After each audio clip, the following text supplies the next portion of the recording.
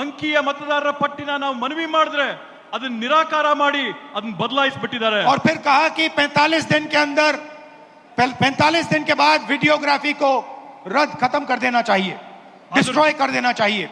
ಅದ್ರ ಜೊತೆಗೆ ಹೊಸ ಆದೇಶನ ಓಡಿಸಿ ಚುನಾವಣಾ ಮತಗಟ್ಟೆಗಳಲ್ಲಿ ರೆಕಾರ್ಡಿಂಗ್ ಆದಂತ ವಿಡಿಯೋನ 45 ದಿನದ ಒಳಗಡೆ ಹಳಸಂತ ಕುತಂತ್ರನ ಮಾಡಿದ್ದಾರೆ. तो एक लोकसभा में हमने अपनी एनालिसिस शुरू की. ಆದ್ರಿಂದ ನಾವು ಒಂದು ಲೋಕಸಭಾ ಕ್ಷೇತ್ರದಿಂದ ನಮ್ಮ ವಿಶ್ಲೇಷಣೆನ ನಾವು ಪ್ರಾರಂಭ ಮಾಡಿದ್ವಿ. बैंगलोर सेंट्रल की लोकसभा और उसमें हमने एक विधानसभा चुनी, महादेवापुरा.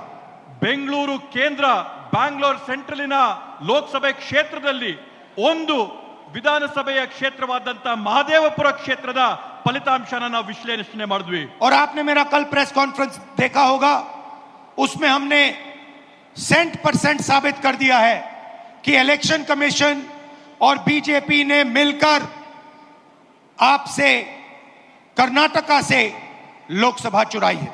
ನೀವು ನಿನ್ನೆ ನಾನು Bhiwandi east, Bhiwandi general seat है. वोट बढ़े 37,535. सीट किसने जीती? लोकसभा में उनके इंडी पार्टी के पार्टनर समाजवादी पार्टी के रईस कासम शेख ने.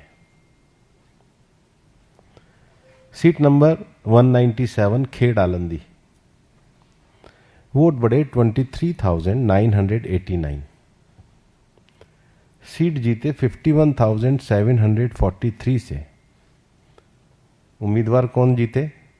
बाबाजी रामचंद्र केले, शिवसेना उद्धव ठाकरे, जो उन्हीं के सहयोगी. वोट बढ़े 15,162 परभनी. Seat number 96. सीट जीती उसके भी दुगने मार्जिन से 34,216. किसने जीती? शिवसेना उबाटा के डॉक्टर राहुल वेद प्रकाश पाटिल. वोटिंग कर रहा है.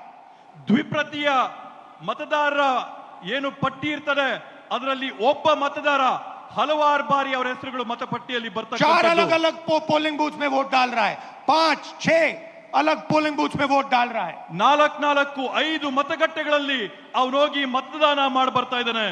ऐसे तकरीबन 12,000 वोटर हैं.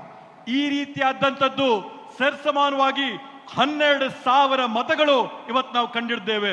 फेक एंड इनवैलिड एड्रेस मतलब इनका पता नहीं है या फिर 0 नंबर एड्रेस है. एनसीपी शरद पवार जी की पार्टी के खरे राजू दान्यू, जितने वोट बढ़े उसके भी ज्यादा मार्जिन से. और कांग्रेस का आप देखिए कि seat number 57 Nagpur north, 57 Nagpur उत्तर, वोट बढ़े 23,421.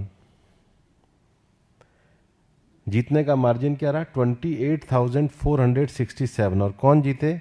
डॉक्टर नितिन किशननाथ राउत कांग्रेस के.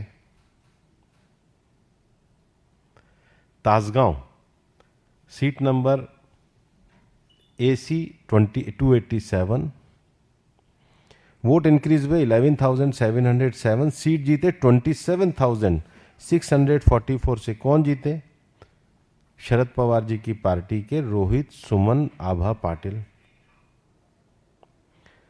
सीट नंबर 253 इन्हीं के एक सहयोगी PWPI के. सीट पे वोट बढ़े 20,995. ನಾವು ನೋಡಿದ್ದೇವೆ.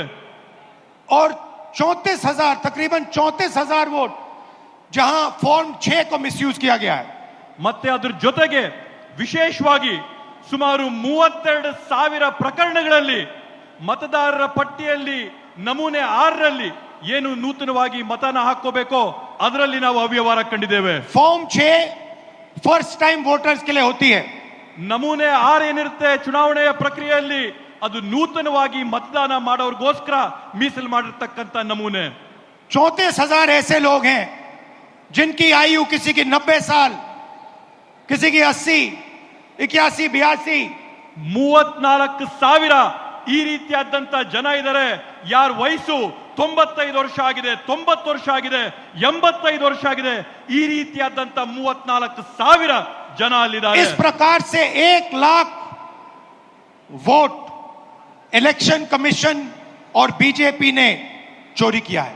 ಈ ರೀತಿಯಲ್ಲಿ, ಈ ಮಾದರಿಯಲ್ಲಿ ಬಿಜೆಪಿ ಪಕ್ಷ ಮತ್ತೆ ಚುನಾವಣೆ ಆಯೋಗ 1 ಲಕ್ಷ ಮತಗಳ ಕಳ್ತನನ ಮಾಡತಕ್ಕಂಥದ್ದು ನಾವು ನೋಡಿದ್ದೇವೆ. डुप्लीकेट वोटर्स में एक व्यक्ति कर्नाटक में वोट देता है, उसके बाद उत्तर प्रदेश में वोट देता है. ನಕಲಿ ಮತದಾರರ ಪಟ್ಟಿಯಲ್ಲಿ ನಾವು ನೋಡಿದೀವಿ, ನಕಲು ಮಾಡಿಕೊಂಡು ಒಬ್ಬೇ ಮತದಾರನು ಕರ್ನಾಟಕ ರಾಜ್ಯದಲ್ಲಿ ಮತ ಹಾಕ್ತಾನೆ, ಮಹಾರಾಷ್ಟ್ರದಲ್ಲಿ ಮತ ಹಾಕ್ತಾನೆ, यूपी राज्यದಲ್ಲಿ ಮತ वोट देने ಹಾಕ್ತಾನೆ. का अधिकार उसको बेंगलोर में है, लखनऊ में है, वाराणसी में है, अलग अलग जगह देश में ये लोग वोट डालने के लिए ऑथराइज्ड है. ಮತದಾನ ಮಾಡಂತ ಹಕ್ಕು ಈ ವ್ಯಕ್ತಿಗೆ ಬೆಂಗಳೂರಿನಲ್ಲಿದೆ, ಲಕ್ನೌನಲ್ಲಿದೆ, ವಾರಣಾಸಿನಲ್ಲಿದೆ. ಈ ದೇಶದ ವಿವಿಧ ವಿವಿಧ ಭಾಗಗಳಲ್ಲಿ मतदान ಮಾಡಂತ ಹಕ್ಕನ್ನ ಈ ವ್ಯಕ್ತಿ ಕೊಟ್ಟಿದ್ದಾರೆ. झूठ से काम नहीं चलना चाहिए. दूसरा, मैं ये जो मॉडस ऑपरेंडी है कि बोलो और भाग जाओ, संसद में मत चलने दो, संसद में चर्चा मत करो, संसद में चर्चा करने से अच्छा है कि संसद को ही ना चलने दो, तो ये तो तरीका ठीक नहीं है. मैं आपको ये कहना चाहता हूं कि ये जितने भी टर्नआउट और जितने भी फेक न्यूज़ क्रिएट कर रहे हैं, बल्कि देश में जो इलेक्शन कमीशन के डाटा हैं, 5 बजे की एंट्री है, हम तो कहते हैं उसका भी ईमानदारी से, ईमानदारी राजनीति में बहुत बड़ी चीज होती है. ईमानदारी किसी भी राजनीतिक दल और राजनीतिक व्यक्ति की जीवन की सबसे बड़ी साख होती है. अगर आपकी बात में ही 60% का झूठ डेटा पे मिक्स हो, तो मतलब आपकी क्रेडिबिलिटी बोलने के साथ 60% कम मान के लिखी जाएगी. और इसलिए जो फेक नैरेटिव बनाने की बात करी है, वो फेक नैरेटिव अपने आप में उन्हीं के तथ्यों से पूरी तरीके से ध्वस्त हुआ है. और हमारा ये कहना रहेगा कि हमारे जो संवैधानिक संस्थान हैं, उन संवैधानिक संस्थानों को कांग्रेस पार्टी एक विशेष प्रयास करके एक परिवार के लिए सिस्टेमेटिक ढंग से फेक नैरेटिव के आधार पे उसको छोटा करने का प्रयास कर रही है. लेकिन इस देश का संविधान महान है. बाबा साहब अंबेडकर की जो दूरदृष्टि है, जिसके कारण हम भारत के संविधान के अंतर्गत, एक व्यवस्था के अंतर्गत हम कार्य करते हैं, उस सीट नहीं चोरी हुई है. ಇವತ್ತಿನ ಮಾಹಿತಿ ನಮಗೆ ಕೊಟ್ರೆ ನಾವು ಸಾಬೀತು ಮಾಡಿ ತೋರಿಸ್ತೀವಿ, ಇಲ್ಲಿ ಒಂದು ಮತ, ಇಲ್ಲಿ ಒಂದು ಸೀಟಿನ ಕಳ್ತನ ಆಗಿದೆ ಅಂತ ಹೇಳಿ. और सिर्फ कर्नाटका में नहीं चोरी हुई है, पूरे हिंदुस्तान में सीटें चोरी हुई हैं. ಈ ಕಳ್ತನ ಕೇವಲ ಕರ್ನಾಟಕ ರಾಜ್ಯದ ಒಂದರಲ್ಲೇ ಅಲ್ಲ, ಭಾರತ ದೇಶಾದ್ಯಂತ ಪೂರ್ತಿ ಈ ರೀತಿಯಾಗಿ ಮತಗಳ ಕಳ್ತನ ಆಗಿದೆ. इलेक्शन कमीशन बीजेपी का नहीं है. इलेक्शन कमीशन संविधान के लिए काम करता है. ಇವತ್ತು ಚುನಾವಣೆ ಆಯೋಗ ಏನಿದೆ, ಬಿಜೆಪಿ ಅವರ ಪರವಾಗಿ ನಿಂತಿದೆ. ಎಲೆಕ್ಷನ್ ಕಮಿಷನ್ ಏನಿದೆ ಇವತ್ತು ಸಂವಿಧಾನದ ವಿರುದ್ಧವಾಗಿ ಇವತ್ತು ನಡ್ಕೋತಾ ಇದೆ. और कर्नाटक में सीट चोरी की गई है. 1 लोकसभा को हमने जांच करके निकाला है. मैं कह सकता हूं कि 1 से ज्यादा सीटें यहां चोरी हुई हैं. ಇವತ್ತು ಕರ್ನಾಟಕದಲ್ಲಿ ನಾವು ಒಂದು ಕ್ಷೇತ್ರನ ಪರಿಶೀಲನೆ ಮಾಡಿ ಆ ಕ್ಷೇತ್ರದಲ್ಲಿ ಆದಂತ ಕಳ್ತನನ ನಾವು ಸಾಬೀತು ಮಾಡಿದೀವಿ. 100ಕ್ಕೆ 100 ನಾನು ನಿಮ್ಗೆ ಆಶ್ವಾಸನೆ ಕೊಡ್ತೀನಿ. ಕರ್ನಾಟಕ ರಾಜ್ಯಾದ್ಯಂತ ನಾವು ಪರಿಶೀಲನೆ ಮಾಡಿದ್ರೆ ಒಂದಲ್ಲ ಹಲವಾರು ಉದಾಹರಣೆ ನಮ್ಗೆ ಸಿಗುತ್ತೆ ಅಂತ ಹೇಳಿ. जो कॉन्स्टिट्यूशन का फाउंडेशनल आइडिया है, 1 मैन 1 वोट, इस पर इलेक्शन कमीशन और उसके सारे के सारे अफसर आक्रमण कर रहे हैं. इसका मतलब वो संविधान पर आक्रमण कर रहे हैं.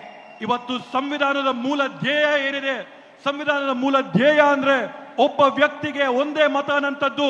ಚುನಾವಣೆ ಆಯೋಗದ ಅಧಿಕಾರಿಗಳು, ಅವರಲ್ಲಿರ್ತಕ್ಕಂಥ ಸಿಬ್ಬಂದಿ ವರ್ಗದವರು ಎಲ್ಲರೂ ಕೂಡ ಒಗ್ಗಟ್ಟಾಗಿ ಸೇರಿ ಈ ಸಂವಿಧಾನದ ಮೇಲೆ ಪ್ರಹಾರ ಮಾಡಿ, ಅದ್ರ ಮೇಲೆ ಹಲ್ಲೆ ಮಾಡಿ हिंदुस्तान के गरीब जनता पर आक्रमण कर रहे हैं. ಕರ್ನಾಟಕ ರಾಜ್ಯದ ಭಾರತ ದೇಶದ ಬಡ ಜನರ ಮೇಲೆ ಆಕ್ರಮಣ ಮಾಡ್ತಾ ಇದ್ದಾರೆ. और मैं उनसे कहना चाहता हूं, अगर आप सोच रहे हो कि आप इस पर आक्रमण करके बचोगे तो फिर से सोचो. ನಾನು ಅವರೆಲ್ಲರಿಗೂ ಕೂಡ ಸ್ಪಷ್ಟವಾಗಿ ಒಂದು ಮಾತಾಡಕ್ಕೆ ಬಯಸ್ತೇನೆ. ನೀವು ಈ ಸಂವಿಧಾನದ ಮೇಲೆ ಪ್ರಹಾರ ಮಾಡಿ ನೀವು ಯಶಸ್ವಿ ಆಗ್ತೀರಾ ಅಂತಂದ್ರೆ ತಾವು ಮತ್ತೊಮ್ಮೆ ಆಲೋಚನೆ ಮಾಡಬೇಕು ಅಂತ ಒಂದು सबको शामिल होना चाहिए. वो ये तो बताएं जहां पर 30,000, 40,000, 35,000 वोट बढ़ रहे हैं, वहां उनका गठबंधन क्यों जीत रहा है? फेयरनेस के कारण ही तो जीत रहा है. उनका मेन एलिगेशन ही यही है और रिजल्ट भी यही बता रहा है कि सभी लोग जीतते हैं. भाजपा भी जीतती है, कांग्रेस भी जीतती है, लेकिन जहां पर बढ़ गए वहां पे हम जीत गए. उनका आरोप तो यही, इसी फैक्ट तो ये नहीं कह रहे. फैक्ट तो ये कह रहे हैं, मैंने आपके सामने सीटें पढ़ी हैं और बाकी भी मैं पूरे 50 सीटों का एनालिसिस एक अनिल बलूनी जी के पास रखूंगा. कोई भी पत्रकार आकर देख लें और वो भी आकर देखना चाहे तो अनिल जी उनको भी दिखा देना. जवाब तो सबको देना चाहिए. ये तो फैक्ट ही बता रहे हैं कि वो कितना गलत बोल रहे हैं.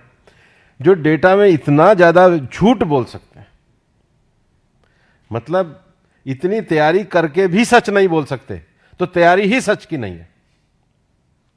मतलब प्रिपरेशन भी झूठ की है और वो भी ऐसी जो पकड़ा जाए.